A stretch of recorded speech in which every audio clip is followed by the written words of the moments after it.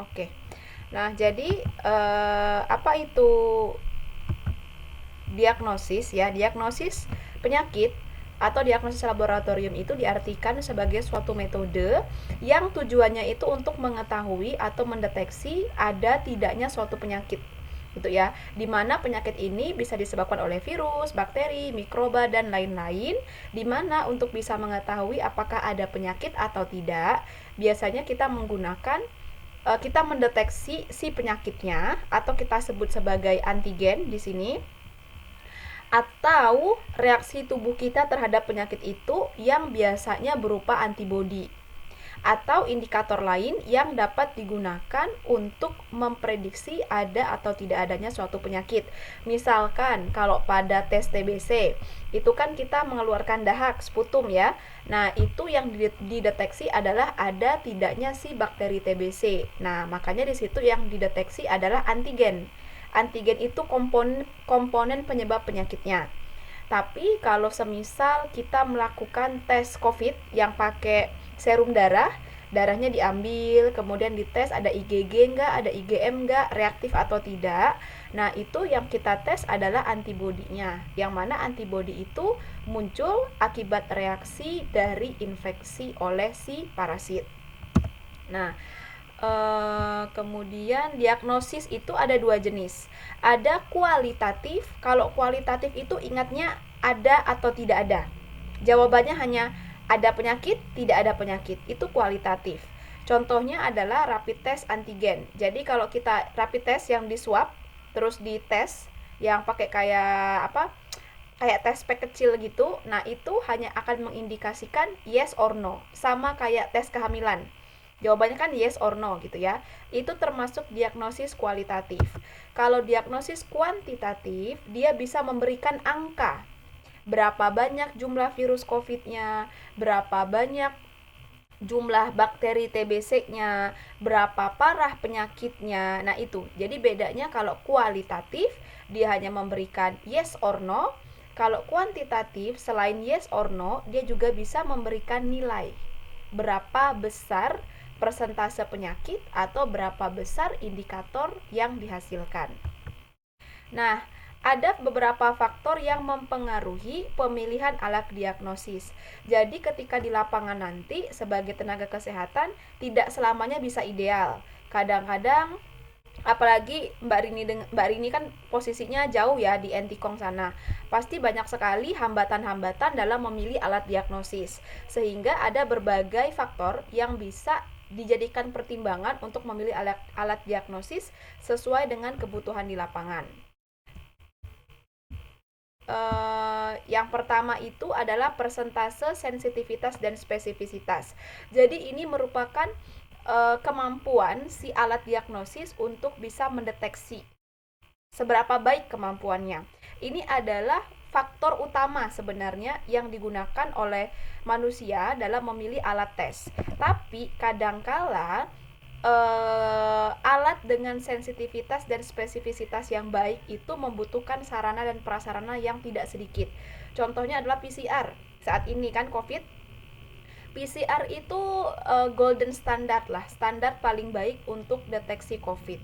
Tapi untuk bisa membangun fasilitas PCR itu tidak mudah, sehingga untuk daerah-daerah perbatasan, daerah-daerah puskesmas yang memang tidak mungkin bisa mendirikan laboratorium khusus, maka dia akan menggunakan alternatif alat diagnosis yang sensitivitas dan spesifisitasnya cukup baik tapi bisa digunakan di lokasi tersebut.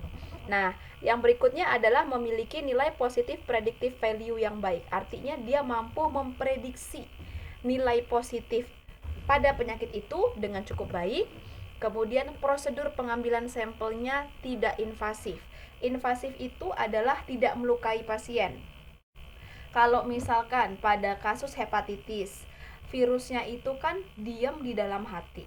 Tidak mungkin kita bedah pasiennya, kita ambil sampel dari hatinya hanya untuk mengetahui ada tidaknya penyakit. Itu kan invasif banget.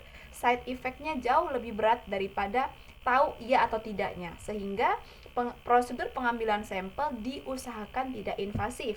Contohnya lagi pada kasus COVID, tahun lalu kita masih menggunakan darah ya untuk tes COVID. Reaktif tidak reaktifnya dari serum darah itu invasif karena ada proses perlukaan pada pasien. Sekarang kita pakai swab nasofaring. Swab nasofaring disuap di bagian hidung yang mana tidak menyebabkan perlukaan sehingga dia lebih tidak invasif atau non-invasif, dan itu menjadi pilihan yang lebih baik karena membuat pasien menjadi lebih nyaman. Kemudian kemudahan dalam pengoperasian. Untuk PCR itu membutuhkan tenaga kesehatan yang sudah ahli di bidang biomolekuler sehingga tidak mudah untuk mendapatkan tenaga ahli seperti itu. Sehingga dibuatlah berbagai jenis alternatif alat diagnosis yang semakin gampang digunakan. Contohnya, kalau di kebidanan ya, setahu saya untuk orang melahirkan prosedurnya itu harus tes hepatitis sama tes HIV. Dulu kita kan nggak punya kitnya ya, nggak punya rapid testnya. Dulu harus kirim sampel dulu, jadi agak susah. Sekarang sudah ada rapid testnya, tinggal ambil sampel darahnya, teteskan, sehingga mudah dan bisa dilakukan oleh siapa saja yang saat itu sedang berada di lokasi. Jadi itu juga jadi bahan pertimbangan. Dan kemudian kebutuhan akan fasilitas pendukung.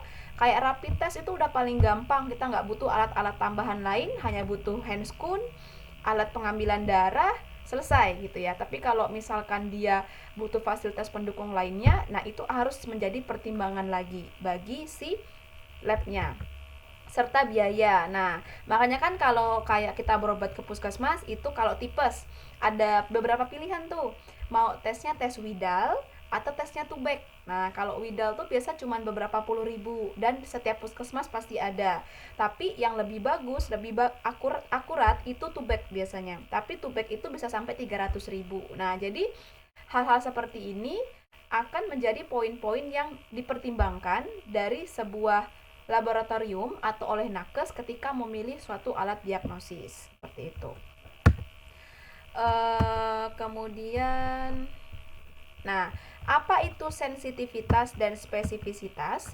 Sensitivitas itu adalah suatu nilai yang memberikan gambaran proporsi orang sakit yang benar, positif didiagnosis oleh alat tersebut.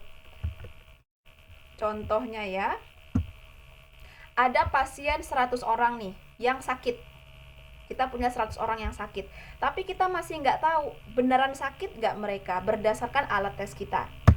Nah, kemudian di tes 100 orang tadi ada 97 yang benar terdeteksi sakit. Sementara ada 3 yang tidak terdeteksi sakit.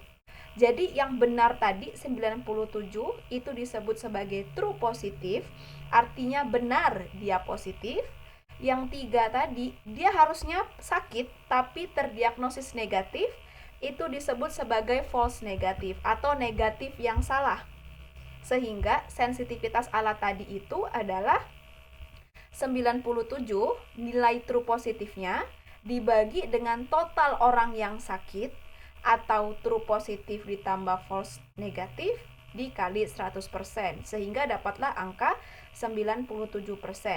Artinya alat tes ini mampu mendeteksi 97 orang sakit dengan benar dari 100 orang yang sakit. Kayak gitu ya, itu sensitivitas.